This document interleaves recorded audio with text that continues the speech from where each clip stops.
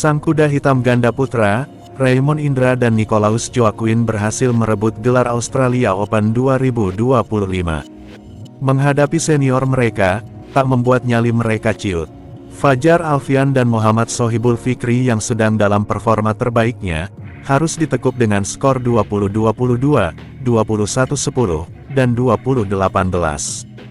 Dengan kekalahan ini, maka ini merupakan kekalahan keempat mereka di final, sedangkan untuk Joaquin dan Indra, Australia Open merupakan gelar Super 500 pertama mereka.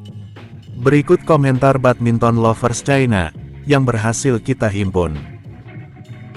Selamat kepada Joaquin dan Indra, mereka menjadi pemain kelahiran setelah tahun 2005, yang pertama kali meraih gelar turnamen Super 500.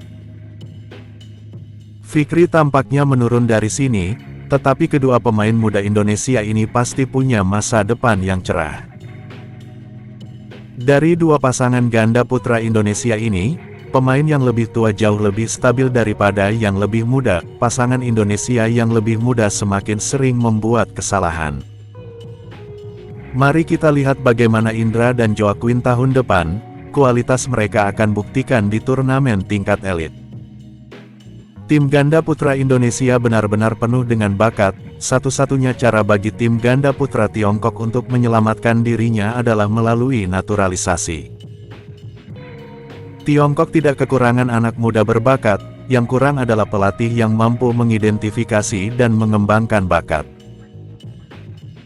Joaquin adalah pemain keturunan Tionghoa. Saudara Indra dinaturalisasi dan berkompetisi di Australia. Menurut pelatih kepala Chen Qiqiu, menaturalisasi seseorang adalah hal yang sia-sia. Keduanya tampaknya keturunan Tionghoa. Selain Joaquin, Indra juga tampaknya keturunan Tionghoa. Dari mana datangnya mata-mata pemain asing naturalisasi ini? Sudah banyak sekali di dunia sepak bola dan bola basket. Kenapa Fikri selalu offline padahal Alfian online? Aku benar-benar tidak mengerti. Pada akhirnya, semua gara-gara comeback Alfian, Fikri kehilangan poin dan akhirnya melakukan servis yang buruk.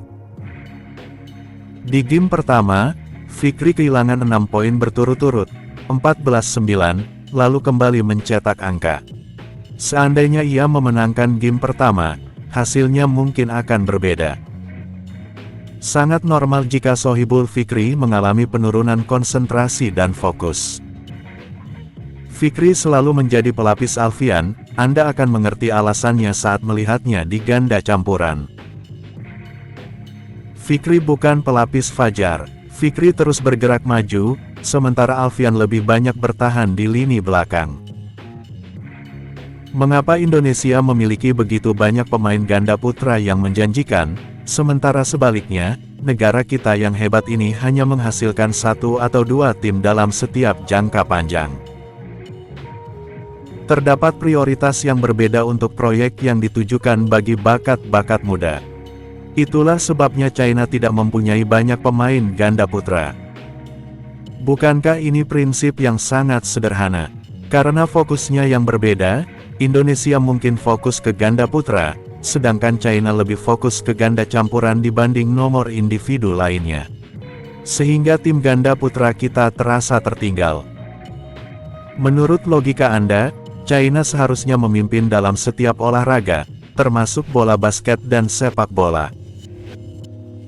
Secara tradisi, Indonesia merupakan kekuatan di ganda putra, dan strateginya dalam mengembangkan pemain muda yang menjanjikan di ganda putra, serupa dengan bagaimana Tiongkok memprioritaskan pengembangan pemain ganda campuran yang menjanjikan. Benar Indra dan Joaquin adalah keturunan China, tetapi mereka mungkin tidak akan bisa berbicara bahasa Mandarin lagi. Orang Tionghoa Indonesia, jadi mereka disebut Erhua. Pemain muda Indonesia, mereka dengan mudah menyelesaikan tugas, dibandingkan dengan ganda putra China bulu tangkis Tiongkok. Tim ganda muda negara lain sudah mulai bangkit, sedangkan tim ganda kita masih berjuang. Apakah para pendatang baru Indonesia ini benar-benar hebat? Cara bermain Indra dan Joaquin sangat cerdas, pukulannya lincah, dan skillnya mantap, potensi mereka sangat besar, apalagi Indra yang menggunakan raket putih. Saya tidak menyangka tim Indonesia akan meningkat pesat di akhir tahun. Misalnya, pasangan mereka yang berhasil mencapai final di 8 dari 12 turnamen tahun ini. Lalu ada Felisa dan Jafar, pasangan ganda campuran yang benar-benar mengalahkan China 5 atau 6 kali di kompetisi papan atas tahun ini.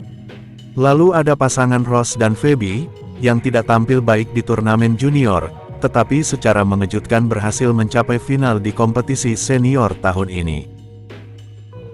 Pasangan Indra dan Joaquin adalah kuda hitam terbesar di turnamen Australia Open kali ini, berturut-turut mengalahkan Nurizuddin Gohsesfei dan duo F, yang berada di peringkat teratas di seluruh dunia.